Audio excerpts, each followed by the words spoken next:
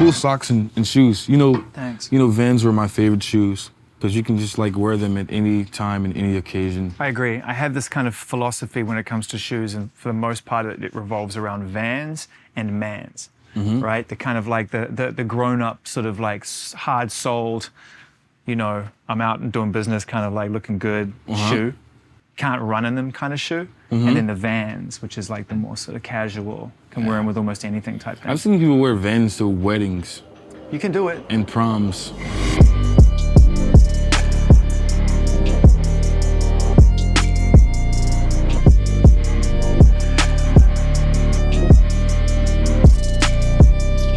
This is obviously a creative place. This is a studio. I mean, you have to be a genius to figure that out. We're surrounded by synths and equipment and a basic setup. And it's kind of your classic sort of atypical studio now, bro. Like, you could live here, you could work here. Wait, is this the start of the interview? Dude, always recording. Oh, okay. Do you want a formal introduction? No, it's just like you just kind of kicked in and we were having a casual conversation. We're joined today by a phenomenon, an icon, someone who divides opinion as successfully as he has been successful within his own art. Yes, Zane Lowe. I don't know.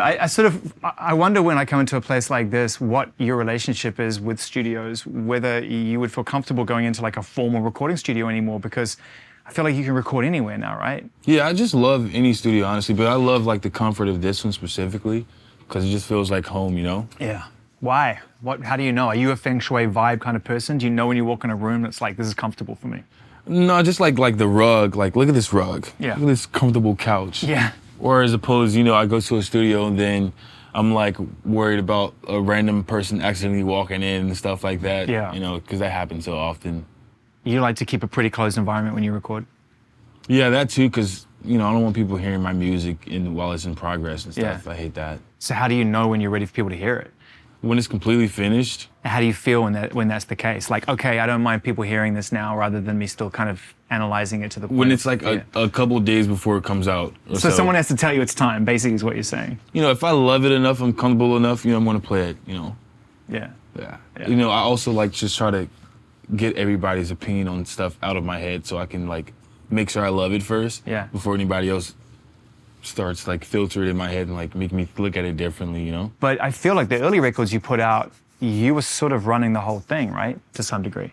100, but my brother was there too. My brother was there in the beginning, like before he went to the army. So that was cool. You getting well with him? Yeah, I get along well with him. He should be getting out soon, and maybe we'll do some things. He's into music as well. He loves music. He actually started making music himself, and he's been trying to become a producer. But it's a lot on his plate with being like in the military. Of course, man. Like, that's a big thing. Oh well, I'm sure I speak for everyone. I say, we got to thank him for his service, man. That's a real, Absolutely. It's a real commitment. Must be crazy for him as well to watch his bro. Like, he's doing what he loves, but to watch his bro from a distance. Because even if you're in service, right, you can't avoid the news. And you're in the news. So it must be mad. You must speak to him sporadically, and he's like, bro, it's so crazy watching this from a different place. It's like insane, because literally like we were together for like the first 5 months of me making music, and then boom, he leaves. 2 months later, I put out my first hit song. I always think when you have the kind of success you've had so quickly, does it make the world feel smaller or bigger?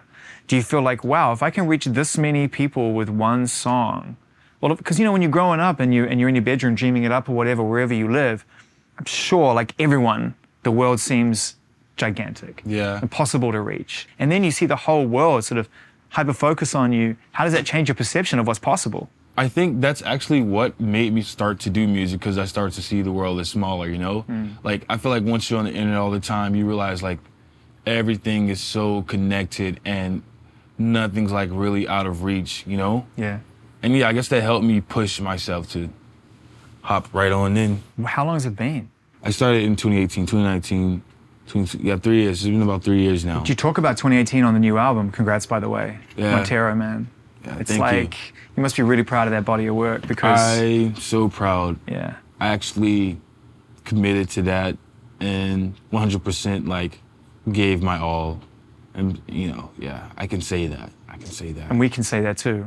Those who have heard it, you've left nothing off. Like you left it all in the room, and you've covered almost every conceivable topic I can imagine that has affected you to some degree over the course of your life, and before we knew who you were as well. And that's one of the great things about this record is there are real revelations about your upbringing and who you were, and versus who you are now, and how far you've had to come. Yeah. You know, was it tough to write that stuff, to go back? It's easy to talk about the haters, I'm successful, you think I'm suck, you haters, right? I'm the best. That's right in front of your nose. Mm-hmm. But to tell a story about your family and about how you were perceived as a kid versus how you looked at yourself requires you to dig back and deep. Yeah, I guess I was always and still am like afraid of being like any kind of vulnerable, because you know the way the world works, like if you tell them your darkest secret the second somebody doesn't like you, they're going to throw that shit in your face, you know. But there's a theory about this though, because that's how we all feel in life. That's why we protect ourselves. Mm-hmm. But there's this theory within the arts that is the more that you actually release it and free it, the less control it has over you. Yeah, they can't use it against you, or you can't use it against yourself, you know. Yeah. Has that worked for you during the process of this record, uncovering some of these real fears you've had? 100. I feel like the popular phrase of like taking my power back on a lot of things, it was like, okay, if I'm okay with this situation, if I'm okay to acknowledge that this happened or this is happening, then I can be at peace with myself, you know? I sort of feel like we need to start at the end of the record, because Am I Dreaming is such a powerful moment.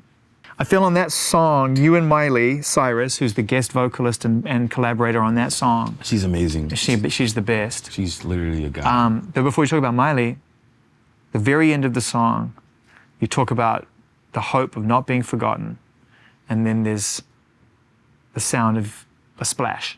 Yeah.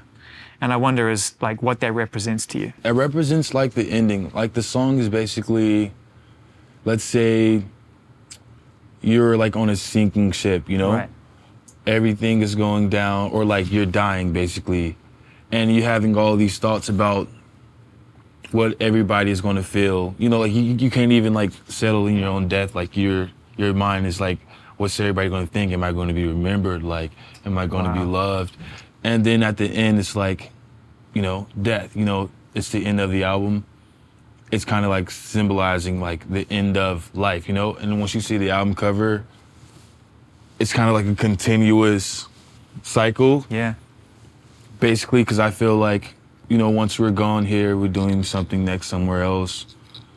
I agree with that. Yeah. But while we're on this planet, if you have any sense of an ambition or a desire to reach people on a massive scale, then that word legacy comes into mind at some point. Mm-hmm. And for you to sort of acknowledge your end, at the end of what is your first significant body of work, like full length, would suggest that you're already thinking about how you'll be perceived when you're gone. Because there's a little bit on that song of like, I want to be remembered, but it's also you'll be sorry when I'm gone. That's what I got from it a little bit. I wasn't necessarily trying to get that across. But, you know, I just feel like artists in general, especially like certain demographics of artists, are less appreciated or remembered. Like no matter what they do, they may never get their credit or whatnot. And like not even just saying myself, because, you know, I still have a lot to do. Yeah. But there's like a lot of people that have come before me that I've seen like washed under the rug, you know? Yeah. Or, I mean, honestly, 100% like gay artists in general are a lot just swept under the rug, and like no matter how much they've contributed, you know, it's just like, oh, but, you know, but they were gay, so it kind of doesn't count. Or I appreciate them and their queerness on my terms. Yeah. Like, you can be a gay I can appreciate as opposed to just be gay. Mm-hmm. You know what I mean? And that's, I think, oh man, you tell me from within inside the community about whether or not you feel that change is happening and coming, because it is painful to watch artists who represent something so deep be recontextualized and owned by the bigger narrative because it suits that purpose. Do you know what I mean? Yeah. Just like looking around and seeing all these other artists who are gay kind of just like pushed to like this box of this bowl of gay artists, and it's like you're here. And I mean, I feel like, especially right now with female rappers, I think that's so dope that that's happening, because we haven't seen this like ever. You know, so many female rappers that are just like killing it. And you know, I feel like a decade from now, it's going to be the same, like with gay rappers or any rappers. Like I feel like they're going to be entire trans rappers and whatnot, just killing it, because why not? You know? Why not? Like, the thing is that one of the things I love about the way that you move is that you like to shine a light back on someone's reaction to your music. And you pick your fights really carefully, and sometimes you're just really outspoken and state your position. But I feel like there's also times when someone will say something to you or about you, and you sort of almost just point the mirror back at them and show people what they're saying and how they're reacting. And are you okay with being this? Because did you hear what you just said about, are you okay with that? Do you know what I mean? It's almost like a martial art, like you absorb the energy of someone else and let them take their own fall.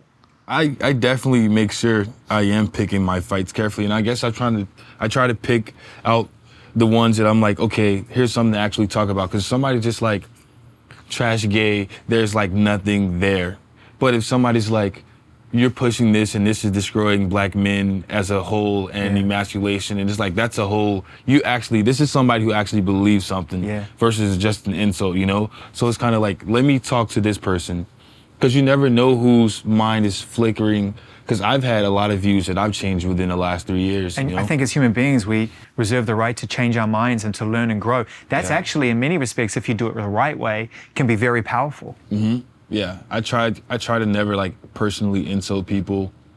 Just try to get my point across, you know? Yeah, you do it really well, and you do it through your music. You subvert beautifully through your music as well. I was speaking to Lizzo about this. I feel like Lizzo does the same thing. She lulls you in with a certain sense of glamour and fun, but then she educates you through the process. And that's obviously important to you, Lizzo. right? Yeah. It's important that your music is layered. It's more important now than it was 2 years ago. Think about that 2 years ago. So, and let's get back to the end of the album and you're working with Miley Cyrus. So I feel like the Cyrus family embraced you at a time when very few people were within the industry. Old Town Road came out and it was either kids loved it or others thought it was a novelty, or people straight out hated it, wanted to disregard it, not even chart it. Absolutely. And here's Billy Ray Cyrus saying, no, I stand by it. Yeah. I feel like the Cyrus family kind of were there for you in a way. Absolutely. They came and they were just like all sweet to me. So how's the relationship with Miley developed? Because, you know, she's not just part of the family that were there for you, but also she's part of your extended family now within the business. Miley is like just like the sweetest person ever.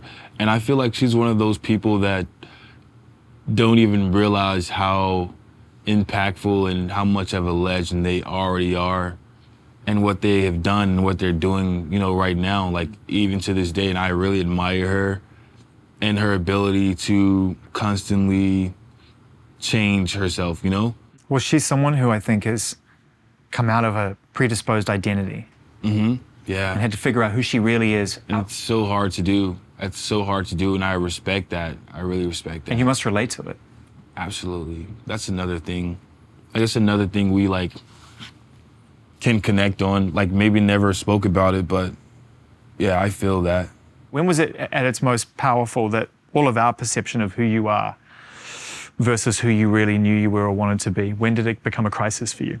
I think it began like the second August hit. The second August of 2019 hit. But it really hit during 2020, you know? Because this is like during the time where I'm not like really putting out any music. You know, COVID just hit. I haven't even been really making any music very much. Yeah. And it's kind of like anything that anyone says is like getting to my head, you know, and it's like hitting, and I'm like, it was like starting to get to the point where it was like starting to settle in my mind, like, oh my God, they're right. And I was like, wait, no, they're not right. I created this. I can create more and more and more and more. And my ceiling is what I decide it is, you know? Mm-hmm. I had to force myself back into that mindset, because when so many people are saying the same thing, it kind of becomes like, okay, this is truth. How's it getting to you? Are you opening yourself up to that feedback? Otherwise, how does it get to you? It gets to you when it's like, okay, they're saying this and they have this to back it up. So why isn't this true? And I'm also like, I'm not loving what I'm creating right now musically, being not that it was much, you know, in that time. And I was like, you know, it was just hitting. It was hitting and it was hurting, and it was really painful to like fail, you know. Were there moments when, even just a fleeting moment, when you actually asked yourself, like, are they right? Like, was this a fluke? Yeah. Yes. You know, you're alone by yourself in your house, like with COVID and whatnot, and it's like it seems like everything else just disappears. That's when the world became super big again, you know? Yeah. And I had to shrink it back down within my mind. Were there moments when, before you were making music and you were out and we knew who you were, where you were sort of trained to be able to deal with these kind of misconceptions and these challenges, you know, based on what you experienced as a kid before fame or any of that sort of shit? Like, what was your upbringing like? I think as I like first moved with my dad, like after my dad got custody of me and my brother when I was around like 9 or 10, I believe that's when I became like the most conscious, like the most self-aware, you know, and that started to grow more and more, especially like when I got into like Stan Twitter and whatnot, like defending another human being. And it's like, to me, it's like fighting for what you believe is right, you know, like having something to stand for. That's what the internet and social media ultimately afforded you, right? Was that chance to like believe in something. Yeah, like to believe in something. That's when I like started like questioning like spirituality and like religion and whatnot.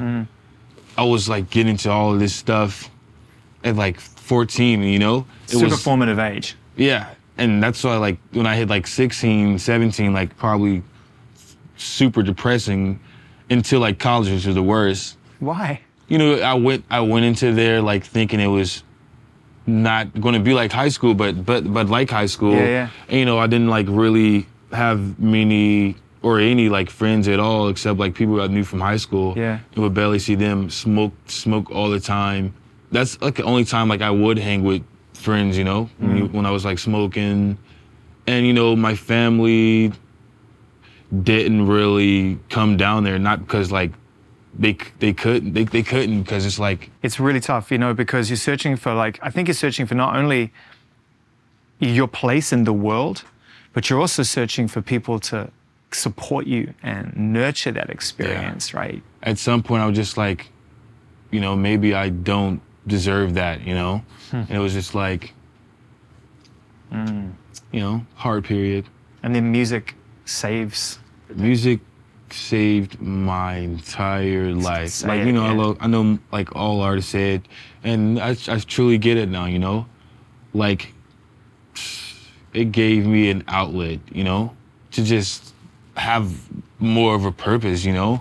Like, have something that I want to dedicate myself to, have something I love, have something that, no, I'm not doing for somebody else. Because I felt like at some point I was doing college and shit, so one day I can say, well, look, I have this diploma or, you know, whatever the so I'm not a up. I did good in life. So much of what puts us on our path through life is about trying to prove something to someone or somewhere. Yeah. You know, and I think about a song like, it makes sense to me now you talk about your relationship with music. I think about a song like Dead Right Now and the lyric, like, you know, I would have died for this. Like, I was literally there because I the entire time I was making music, I thought soon I was going to die for some reason, you know? Wow. Worst anxiety period. You know, I lost my grandmother, and it was the first person that was close to me that I had ever lost.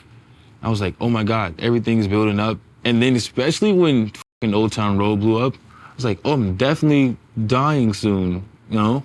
All of like these artists that were coming into or like starting to pop into the music industry were passing away. I was like, what the f is happening? I can't even imagine what it must have felt like to have those levels of anxiety and feel like your life is actually under threat, like you're not going to survive this experience while everyone's trying to get your attention. I guess I tried to ignore it until it went away. And then that's when like I found like belief in the universe, like for sure. And I was like, oh my God, I'm really like not alone in this. When you were trying to ignore it, most people ignore that kind of pressure with distractions. Dalliances into substances. That's another thing music was for me though. It was like something I love, but it was also a distraction from those thoughts, you know? Right. It's like, oh, those thoughts. Here's the song, guys. That's the healthy way to do it. I mean, the unhealthy way to do it is through self-destruction. Did it ever get that bad? Only with weed, but it was more like I would like smoke like 7 times a day, and then I didn't even realize I was smoking so much that I had pneumonia, and I didn't realize it for like an entire month. And they were like, "Oh, you really have to stop smoking right now." Like there was literally like liquid in my lungs. It's crazy. I was sick. It's really fascinating kind of hearing these stories because it just brings into context some of the lyrics and the lines and the stories that you put into this album. And I refer back to what we said at the beginning, which is like you've really laid it all out there for people to hear. What's the song or the line or the story that is most powerful to you on the album? The one that when you put it down in a creative context, it hit hard and you knew you had to have some courage in order to release it? Maybe the third verse on Dead Right Now. It's when I talk about my mom. And probably because it's like one of those things that's like ongoing in life that I just kind of think like why? Like why is this happening? Like why? Yeah, and the thing I think that is kind of really interesting about the music that you make is that it's clear to everybody now who's stayed with you and is a fan that you're not a stranger to pain. Like, there's quite a lot of pain on this record, you know? Songs like Void, tough to listen to. You know, Sun Goes Down, a lot of really, really sort of like acknowledgements of tough times that go through it.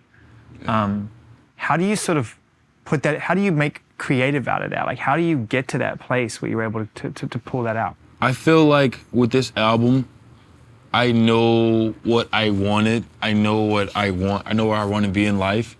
And I know that's going to take me being more open and like bringing it out of myself, like no matter how much it hurts or like feels uncomfortable to say things that I need to say. And that's even with like more of the songs on like the sexual side, like with Call Me By Your Name, like in the studio with my friends, like saying this on the song, like that was super uncomfortable, like to the point where it was just like, just kind of trying to awkwardly laugh it away, you know? Then you have to go on stage and you have to perform it, or you choose to go and perform it and bring it to life. And that's the moment where I feel like, to me, you really remind me of like Madonna in that way, in the sense that she would be attacked by all of these factions of society that were offended by the decisions that she made creatively or in performance. And rather than apologize for them, she would double down because she believed that she was right.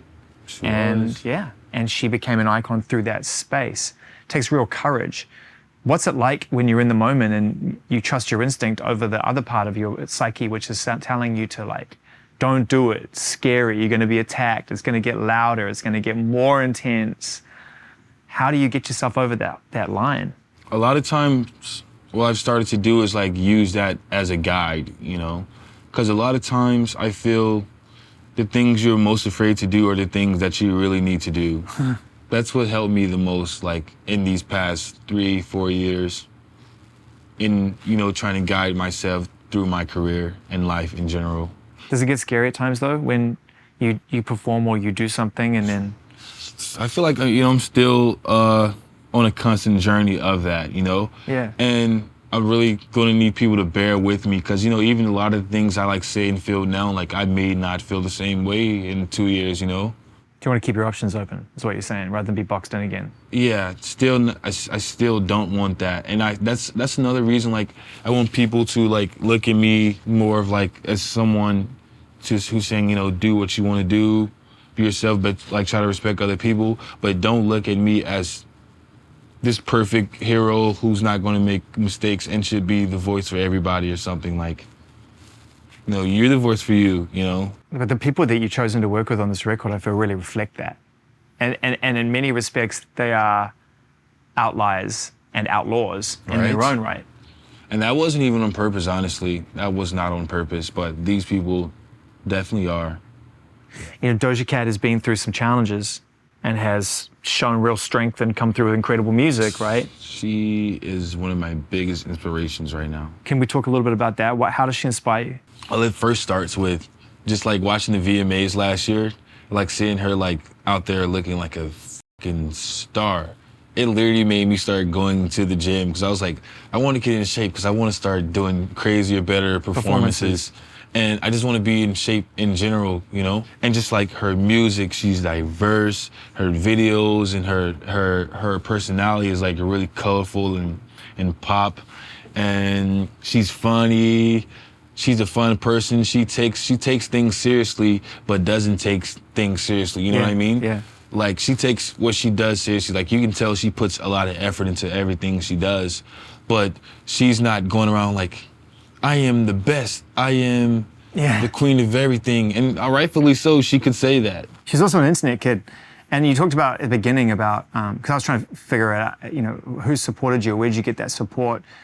Where'd you find your voice when you're a divorced kid and you're trying to figure out where you fit in the family dynamic, and then you don't feel like the education is going to be the place where you have the best time of your life? And so where do you go, right? You go online. Yeah. And you develop your voice online. And more than that, you learn how to weaponize it. And I wonder, sort of like, genuine question, even though people talk about the internet now, it's almost a cliche, but you've used it in a way that is so powerful. You've used it as a marketing tool, you used it as a communication device, all these things really, really carefully. What it means to you, because to me it feels like it's the biggest weapon in your tool outside of your creative. I guess I didn't realize like how great I had become at doing like internet stuff until people started telling me. So I was like, is everybody not using the internet this way? Right. But yeah, you learn so much like subconsciously just doing the things that you do on the internet, or to like push and promote other people, or just like to defend other people or other groups of people and whatnot. And yeah, it's come across as a great tool. But the really interesting thing about the internet is it can be seen either way. It can either be seen as a tool for good or bad, or it can be also, and as widely considered now amongst those who are a bit more cynical, as just really an opportunity to market. And I think that's probably the one area which people who aren't offended or turned off by your music or your stand or your lifestyle or any of that stuff, the only other area that I think that they sometimes have struggled is that they've felt that maybe you exist more as in a marketing, like, I say these things because it creates the right attention in order for me to get past things. Have you felt that? Have you felt that there's been some confusion over how much of an artist you truly are versus someone who can actually use the internet to get attention? I definitely feel, you know, a lot of people see me as just like, give me this, give me attention, give me this, I want all. Yeah. But it's more of like, I just created art. I am going to use this for good, and I am going to get people to pay attention to it. Yeah. It's not that at all. It's more of, I created this, I'm going to work hard to get it out there in every corner of the world, and I'm going to be myself while doing that, you know? Wow, man, it's such a clear realization you seem to come to, and this album's obviously really helped you. I think of a song like One of Me being a really important moment. I feel like that's just like a beginning and end. Here, there it all is. Like, anything you can level at me or have said about me since I became successful, unexpected or not, is in that song. How did it feel to make that song? You know what's crazy? That was actually one of the first songs I made, like, in 2019. Because I did think that when I was listening to it, I was like, well, you've sort of gone past a lot of this stuff, and yet this song still reflects that period. Yeah, it's still like aged like really well, like, because a lot of these things like are still said or like are still like bumbling around. Yeah. And regardless, like I wanted people to know like the things that I was hearing and the things that I was seeing and feeling, and even in that song, Yeah. like those are some of the things like I started to feel about myself too, you know? So it's like things people are saying to you and things you're throwing on yourself, and it's like into this one song, you know? Yeah, because you dance between the first, second, and third person, and in the beginning of the song, it's like, it feels like you're talking to somebody else. It was from all those perspectives. Elton on piano on that song. It's perfect. Beautiful, fantastic, does exactly what he needs to do on that. What's your relationship like with, you know, the single most beautiful, wonderful, influential, supportive artist to artists on the planet? Me and Elton actually, like, we're not like super close or anything, but he's been like so supportive, and just like even being like come on, Elton John is on my album. And just a really powerful voice, I think, for the queer community too, and somebody who has done lifetimes upon lifetime upon lifetimes of Just work. a star. Right? Stepping up. Yeah. When you eventually came out and made it clear to everybody who hadn't seen the signs, were you surprised that people were shocked? Because I know that your initial reaction was like, didn't you figure it out? I knew some people would be shocked, because you know, a lot of people, when they hear a song, they like maybe look up the artist and like don't think much, don't get too involved in their life or what they're talking about or their captions or what they're posting on their story or whatnot. So then it's just like, wait, like what the you know? Because there's a lot of songs I like right now, and I've seen the artist's face, but I have no idea about them outside of that. You know? Yeah. So that's how it was for like people. It was like, oh, this cowboy country? Wait, huh? How is that possible? Boobies. You know, there are artists that before you that came out and made R&B or make hip hop or make music within that framework, who came out and said, I want you to know who I am, who I really am, not who I should be based on the kind of music that I make, right? And where I stand artistically, and have pushed the boundaries that way. And yet it still is divisive. It's divisive amongst music in general, right? Whether it's country, hip hop, whatever, that you would come out and be yourself. And I sort of wonder, like, how much you feel a responsibility for the community that you're a part of, and how much you just want to live your life and let everyone else figure it out. I feel responsibility.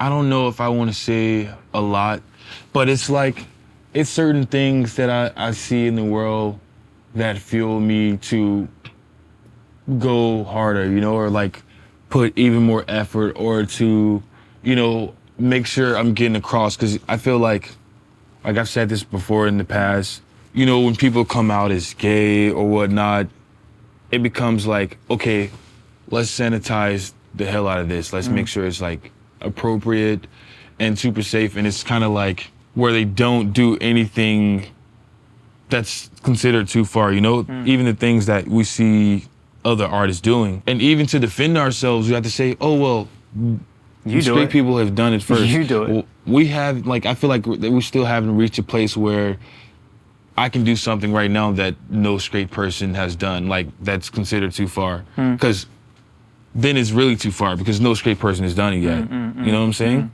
Yeah, it makes total sense. And it makes sense in your performances as well, because you're right. All you're doing is just changing the context of what someone else has done over and over again for generations within their own environment. And you're just doing it as it comes naturally to you. Just trying to point out some hypocrisy. Yeah. Some of the other songs that really stand out for me on the record as well is What I Want. And we danced on this a little bit when we spoke recently about the idea of actually being able to form functional and strong relationships in a world that is just transient and fast. Is that kind of what that song's about? Just searching for something more meaningful? Yeah, absolutely. And yeah, that's what that song's about. I feel like I often, in like Hollywood or just like my life since I got famous, we'll get into like these relationships that would be like, done, done. It was kind of like, damn, I really want somebody that's gonna want to make me want this more Than the other stuff. Not than the other stuff, but just want this more in general. Like, want this enough to incorporate this into my life and want to spend time outside of my career, you know? Yeah. And that hasn't happened yet. And a lot of times I'll be like, oh, poor me. I just want somebody to love but, you know. When you finish the music and you start thinking about the artwork and you start thinking about like the way you're gonna Do you like the album cover? Have you got it? Can you show me? Yeah. All right, here it is. Wow. That is so vivid. My God, that's unreal. Who did this? Charlie Chops. What was it like? What did you say? What were the key sort of? It's from this art called Genesis 2, right? I saw this randomly in this guy who I was dating's dorm room. Wow, this is so beautiful. Look at this. Yeah, it's incredible. It's almost too much to take in. I mean, that's the kind of thing you could stare at for a very long period of time and still discover things over and over and right? over again. It's called Genesis 2, right? Yeah. In Genesis 2, it's like, I read it. It was kind of like the final day of like God like making his work or something, and he's resting. And you know, I feel like that for me is like, okay, I've been making this, I've been creating this. This is the final day, and it's out to the world. And it does have kind of like a spiritual feeling about it. That's what this has been for me. This has been a spiritual journey, this album. What were some of the ways that you were able to enjoy it, not just creating it, but enjoy it? How did you make a world for yourself? There were great producers and people you collaborated with. What was important? What were the constants about making this record that made you feel safe? I was really just making music. A lot of things would start just melody runs. Yeah. Like we just doing a bunch of different melodies over an instrumental or a loop that I'm like in love with, or like liking a lot and like seeing, okay, where can we take this? And then from there, with just the melodies, I was like, I already know what this song is about. Let me fill in these with words. And it just worked almost every time. And you know, we chopped down more and more and more until I got the ones that I felt were the most important for the album. How many songs or how many ideas, like estimate roundup, do you reckon you have for this record? Maybe like almost 100. What do you think, Dens? You guys should come join us if you're up for it. Come sit down and talk about the process of making the music with Nas if you want.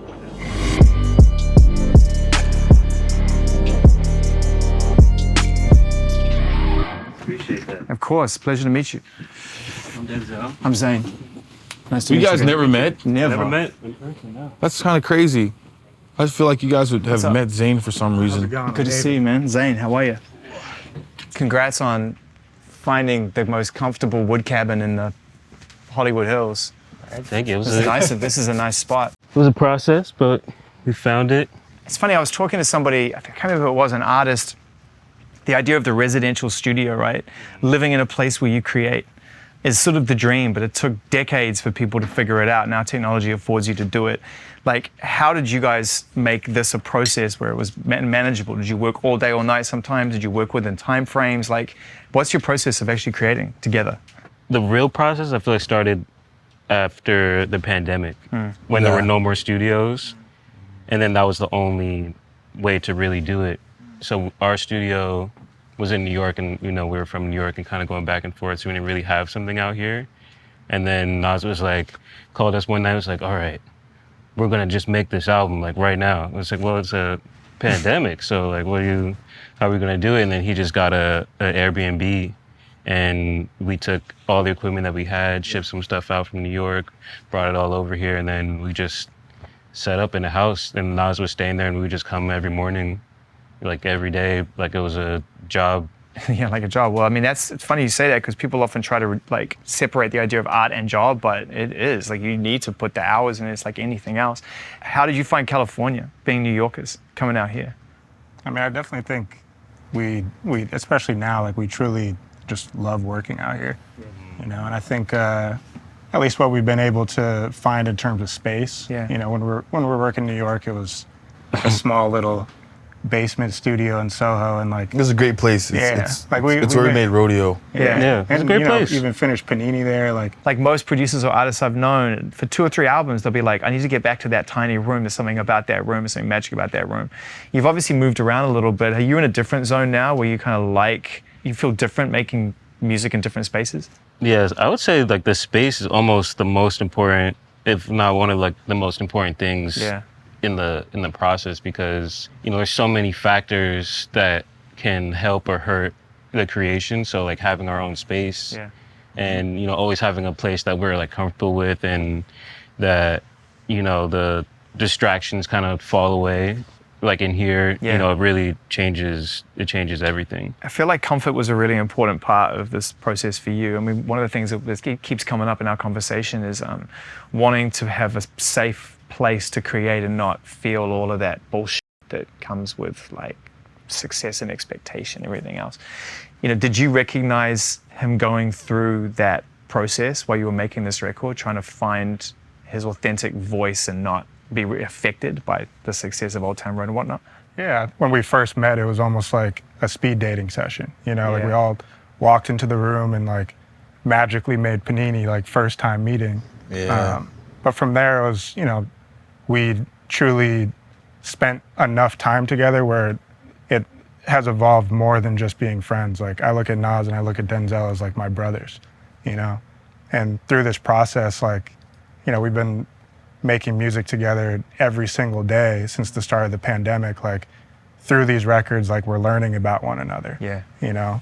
And it's really been such like a magical experience, like being able to live that with people that I truly like call family. And how far we've come just from the first day meeting on Panini to creating a whole album together, you know? As soon as you guys sat down, I was like, oh, I could feel you would just relax and feel really good around the guys, because obviously like a really strong bond you have, and you keep your producers and collaborators tight, right? There's not too many people on the record aside from these two. Yeah, it's mostly Day Trip, a few with John Cunningham. Yeah.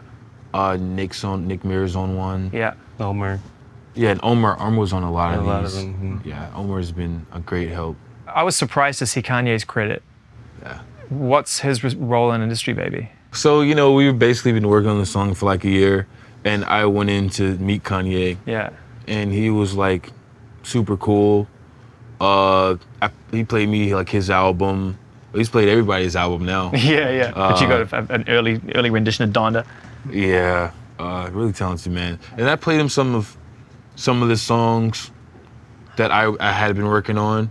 He was like, he could add something to Industry Baby, and he added like some horns and stuff, right? Yeah, he really helped really just beef up the horn section like a lot. Yeah, he beefed that up a lot, and just like the acknowledgement from him, or like him just like even add himself to that, like that's a great look for all of us. So we're just really thankful for that. Yeah, it's cool. I mean, like I said, I got a surprise because I'm not used to you sort of like I said, I'm used to you working with people that it feels like friendships and family, and like, oh, I really need these people around me that truly understand what it is I'm trying to say. What do you love about working with Day Trip? Just to keep it incredibly awkward while they sit on the couch. I feel like it's always, we're always able to do something new, or they're always able to like, oh, this, I don't know about this, but let's go through with it anyway. Because I feel like a lot of times I've been in kind of like some sessions, and when producers like aren't feeling it, like they will like check out completely, but you know, like they'll stay in, and then it can be something that wasn't even that great, and then it'll be like super fucking hot, you know? Yeah. So yeah, I feel like that's the best thing. Also, like they're just like great people. We've grown to know each other on a deeper level than, okay, let's make a song. Bye, you know? And I think from our end too, you know, just being able to create so many songs in different genres, like really we step in and like everything is just, we're fearless. That's one of the things I love about this record is, like I mentioned some of the songs before, like even your vocal performance on, is it Salem, when you really lay it on the line. I mean, that's like proto early 90s grunge to me in a really weird way. And I know you love music, right? I love music. Like beyond even the music you make and the genre you would be mistakenly put into. I think we're all figuring out now that it goes way beyond any genre for you. I really just love the art of creating music, you know? Yeah.